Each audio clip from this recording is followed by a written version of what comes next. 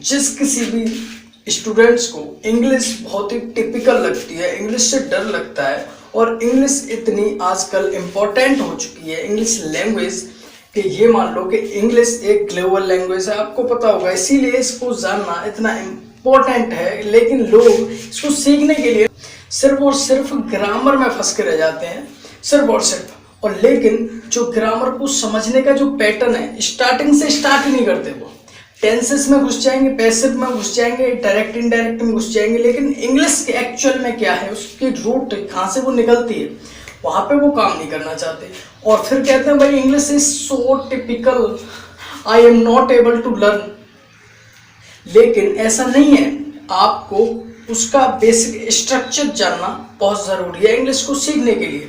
अभी मैं आपसे बोलूं इन दिस वीडियो, अगर आपका इंग्लिश का कुछ भी डर है तो इस चैनल पे इंग्लिश से रिलेटिंग आपको इंग्लिश से एकदम हलवा बना दूंगा। आपको इंग्लिश से बिल्कुल भी डर नहीं लगेगा, बिल्कुल भी डर नहीं लगेगा इंग्लिश से, ठीक है ना। तो इंग्लिश से डरना आज के बाद ही आप छोड़ दोगे, मैं कह रहा हूँ आज के बाद ही आप छोड़ दोगे।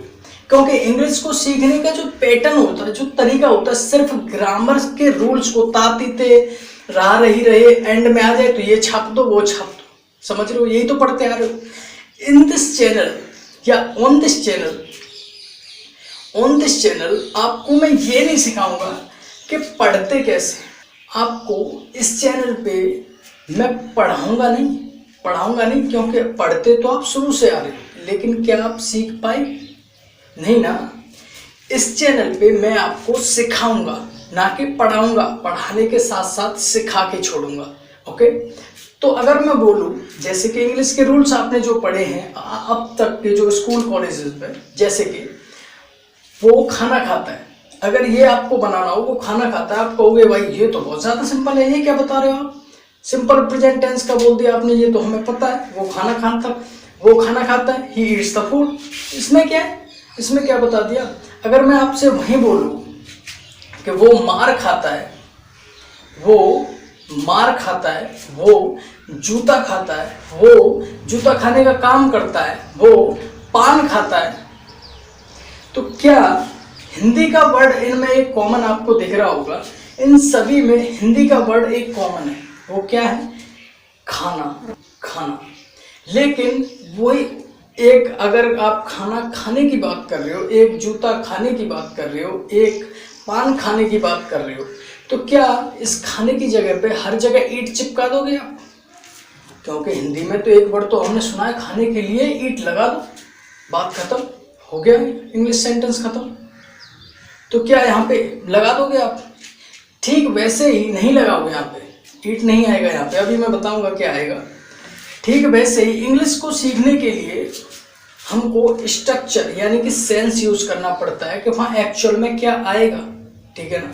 हमें तातीते पे नहीं जाना, हमें रहा रही पे नहीं जाना, बाद में जाना है, वहाँ पे कब जाना है वो बाद में पता चलेगा। लेकिन जो आप पढ़ते चले आ रहे हो पहले से पहुँच जाते हो वहाँ पे। मैं बता रहा हूँ आपको सेंस का यूज कैसे करना। इंग्लिश को सीखने के लिए सेंस भी काम करता है, सेंस काम करता है, ओके। तो कैसे, कुछ लोग कहते हैं भैया आपकी वीडियो हमें नहीं मिल पाती, तो भाई वीडियो रोजाना आपके पास टाइम से पहुंचती रहे उसके लिए सब्सक्राइब करना पड़ता है।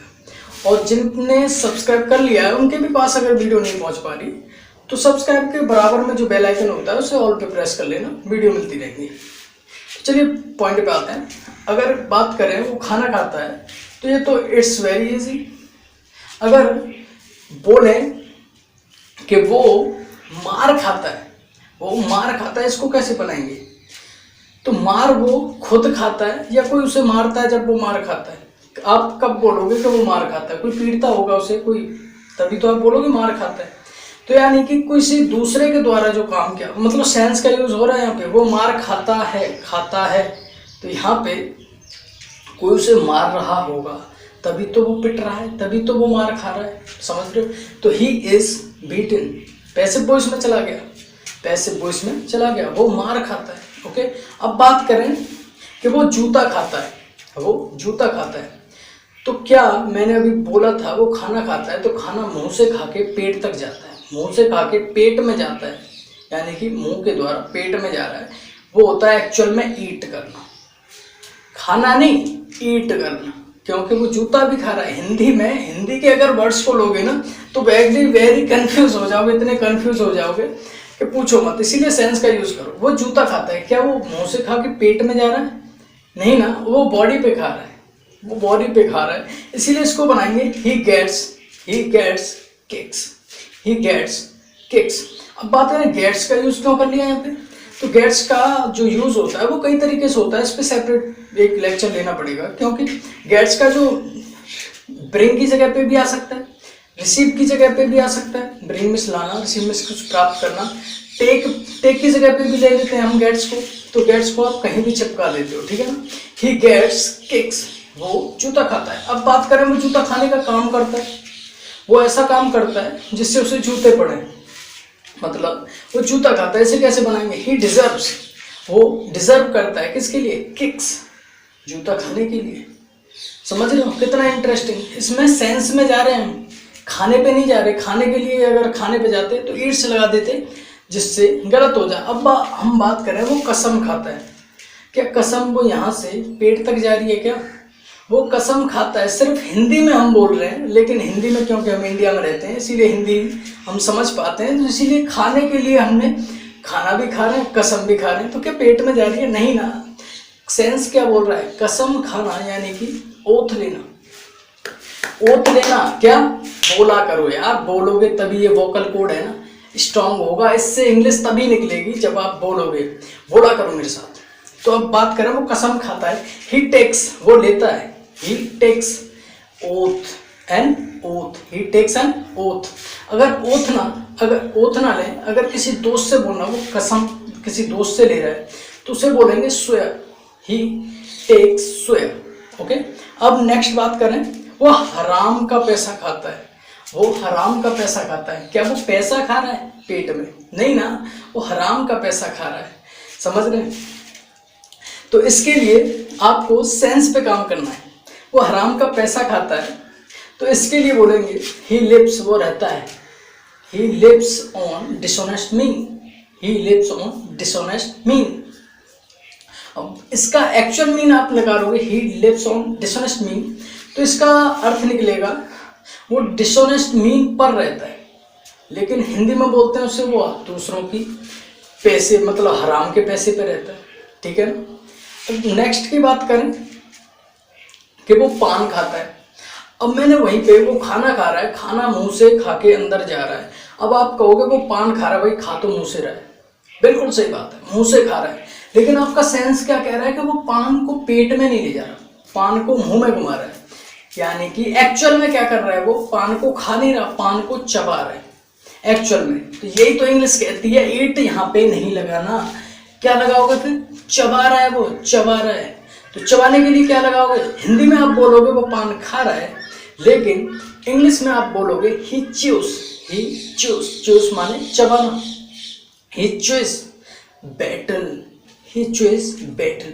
ओके, अब नेक्स्ट पे बात करें, वो दूसरों की कमाई खाता है, वो दूसरों की कमाई खाता है, बड़ा ही इंटरेस्टिंग है, दूसरों की। अब ये भी खाता है भाई, इसमें भी क्या लगाएंगे, अब इसमें वो रहता है, ये तो अगर दूसरों की कमाई खाता है तो भाई वो दूसरों की कमाई पर रहता है, ये सेंस निकल रहा है। तो ये सेंस निकल रहा है तो कैसे बनाएंगे, he lives on the sweet of others, वो दूसरों की पसीने की कमाई पर रहता है, ये तो इसका सेंस निकलेगा कि वो दूसरों की कमाई पर रहता है। He lives on the sweet of others, बोला करो यार तभी तो सीखोगे। नेक्स्ट में सीखते हैं, उसका सिर चक्कर खाता है, उसका सिर चक्कर खाता है। अब इस पे आप क्या बोलोगे, क्या वो सिर से चक्कर खा रहा है, नहीं ना, उसका सिर घूम रहा है यार, एक्चुअल में ये है इसका मीन, उसका सिर घूम रहा है, लेकिन बोलते हैं उसका सिर चक्कर खाता है। अगर ये बोलना है उसका सिर चक्कर खाता है तो क्या, ही फील्स गिडी। ओके, अब नेक्स्ट पे बात करें, वो बहुत खाऊ है, यानी कि वो बहुत खाऊ है, वो बहुत खाता है, ये मान लो वो बहुत खाऊ है, वो ज़्यादा खाना खाता है, वो बहुत खाऊ है। तो इसके लिए क्या बोलेंगे, वो बहुत खाऊ है। तो इसके लिए अगर आपको बोलना हो कि वो बहुत खाऊ है, खा नहीं रहा, खाऊ है, उसकी एक आदत के बारे में बताया जा रहा है, तो he is he is glutton, he is glutton.